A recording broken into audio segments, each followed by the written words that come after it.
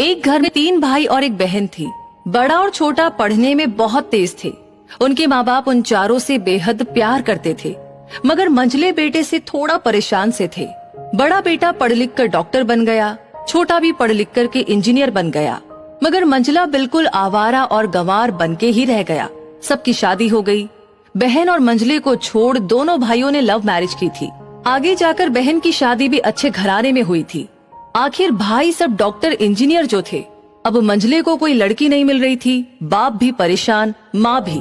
बहन जब भी मायके आती तो सबसे पहले छोटे भाई और बड़े भैया से मिलती, मगर मंझले से कम ही मिलती, क्योंकि न तो वो कुछ दे सकता था और ना ही वो कभी घर पे मिलता था। वैसे वो दिहाड़ी मजदूरी करता था। पढ़ नहीं सका तो नौकरी कौन देता। मंझले की शादी किए बिना बाप गुजर गए। माँ ने सोचा कहीं अब बंटवारे की बात ना निकले, इसीलिए अपने ही गांव में एक सीधी सादी लड़की से मंझले की शादी करवा दी। शादी होते ही न जाने क्या हुआ कि मंझला बड़े लगन से काम करने लगा। दोस्तों ने कहा, ए चंदू आज अड्डे पे आना। चंदू ने कहा, आज नहीं फिर कभी। दोस्तों ने कहा, अरे तो शादी के बाद तो जैसे बीवी का गुलाम ही हो गया। चंदू ने कहा, अरे ऐसी बात नहीं, कल मैं अकेला एक पेट था तो अपनी रोटी का हिस्सा कमा लेता था, अब 2 पेट है आज, कल और होगा। घर वाले नालायक कहते हैं, मेरे लिए चलता है, मगर मेरी पत्नी मुझे कभी नालायक कहे तो मेरी मर्दानगी पर एक भद्दी गाली है, क्योंकि पत्नी के लिए उसका पति उसका घमंड, इज्जत और उम्मीद होता है।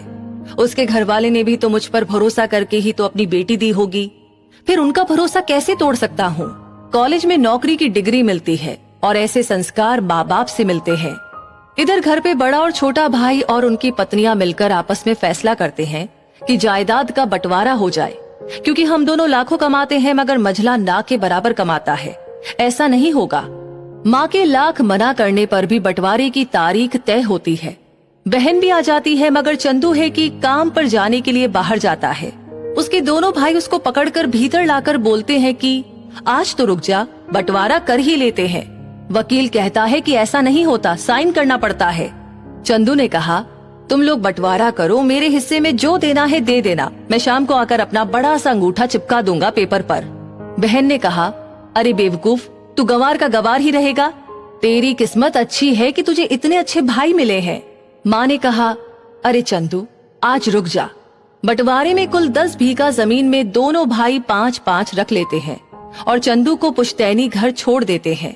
तभी चंदू जोर से चिल्लाता है, अरे फिर हमारी छुटकी का हिस्सा कौन सा है। दोनों भाई हंसकर बोलते हैं, अरे मूर्ख, बंटवारा भाइयों में होता है और बहनों के हिस्से में सिर्फ उसका मायका ही है। चंदू ने कहा, ओ शायद पढ़ा लिखा न होना भी मूर्खता ही है। ठीक है, आप दोनों ऐसा करो, मेरे हिस्से की वसीयत मेरी बहन छुटकी के नाम कर दो। दोनों भाई चकित होकर बोलते हैं, और तू? चंदू माँ की ओर देखकर मुस्कुराकर बोलता है, मेरे हिस्से में माँ है ना। फिर अपनी बीवी की ओर देखकर मुस्कुराकर बोलता है, क्यों चंदूनी जी, क्या मैंने गलत कहा? चंदूनी अपनी सास से लिपटकर कहती है, इससे बड़ी वसीयत क्या होगी मेरे लिए कि मुझे माँ जैसी सासू माँ मिली और बाप जैसा ख्याल रखने वाला पति। बस यही शब्द थे जिसने बंटवारे को सन्नाटे में बदल दिया। बहन दौड़कर अपने गंवार भैया से गले लगकर रोते हुए कहती है, माफ कर दो भैया मुझे, क्योंकि मैं आपको समझ न सकी। चंदू ने कहा, इस घर में तेरा भी उतना ही अधिकार है जितना हम सभी का। बहुओं को जलाने की हिम्मत किसी में नहीं होती, मगर फिर भी जलाई जाती है, क्योंकि शादी के बाद हर भाई हर बाप उसे पराया समझने लगते हैं। मगर मेरे लिए तुम सब बहुत अजीज हो, चाहे पास रहो या दूर। माँ का चुनाव इसलिए किया ताकि तुम सब हमेशा मुझे याद आओ, क्योंकि ये वही कोख है जहाँ हमने साथ साथ 9 महीने गुजारे। माँ के साथ तुम्हारी यादों को भी मैं रख रहा हूँ।